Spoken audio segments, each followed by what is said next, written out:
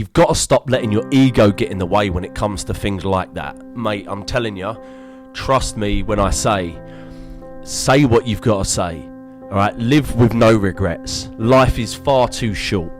Life is far too short. If you've got something to say to someone, if there's someone that you love out there that for whatever reason, you know, you've had a falling out with, maybe it's a family member, maybe something happened, I can pretty much guarantee that both of you are in your own situations where both of you want to say something, but you're both letting your ego get in the way because you're like, no, I'm better than that. He has to apologise. I'm not apologising.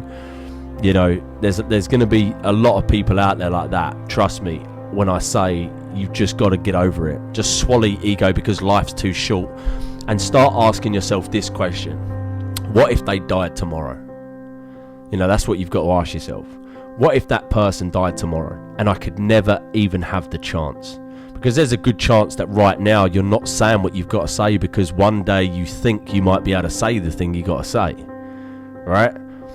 But you might not, because something might happen to you, something might happen to them. Life is way too short. It's not exactly the same situation because we didn't have an argument, but one of my biggest regrets still, my granddad who lived he lived in the north, so we didn't really see him a great deal. Saw him a couple of times a year, right, and he had cancer, ended up getting skin cancer. And we knew he was fairly ill, but he was definitely improving. Things were definitely looking like they were getting better.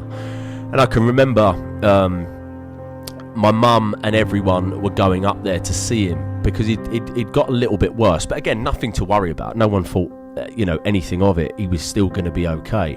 And I'd actually planned to go up there. And I hadn't seen him since he'd got cancer. So obviously when I was going to go up there, I was going to tell him, I love you and all this sort of stuff. Say all those nice things, make sure he's okay. Just have a laugh with him. Just talk like we used to talk. And for whatever reason, I couldn't go up there. And my mum and everyone went up there and saw him. And they said he was in a fairly bad way. But anyway, they come back and he was okay. And literally 2 days later, my granddad died. And I can just remember to this day, I was absolutely heartbroken. I cried my eyes out. I remember finding out just as I left work to go home.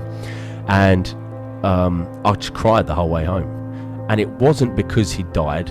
It wasn't because I was never going to see him again, touch him again, give him a cuddle. It was because I didn't get to tell him how much he meant to me. It was because I didn't get to say goodbye. And that was the most heartbreaking thing.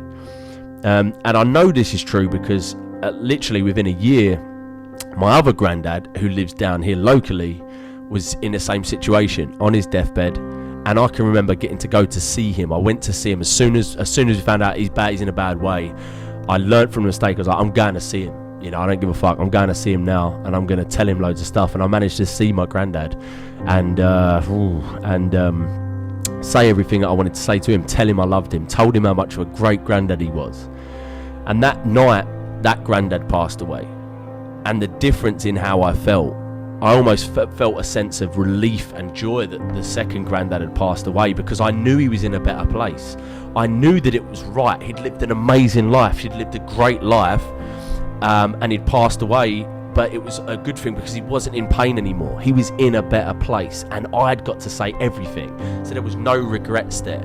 But with my other granddad, with my granddad from up north, it was a different story, man. I was gutted. I was absolutely heartbroken. I was torn up because of the regret of not getting up to say what I could have said. So anyone out there that's not saying what they want to say, that's not doing what they want to do out of ego, drop that shit, man, because life is too fucking short, and today could be the last day that you get to see it.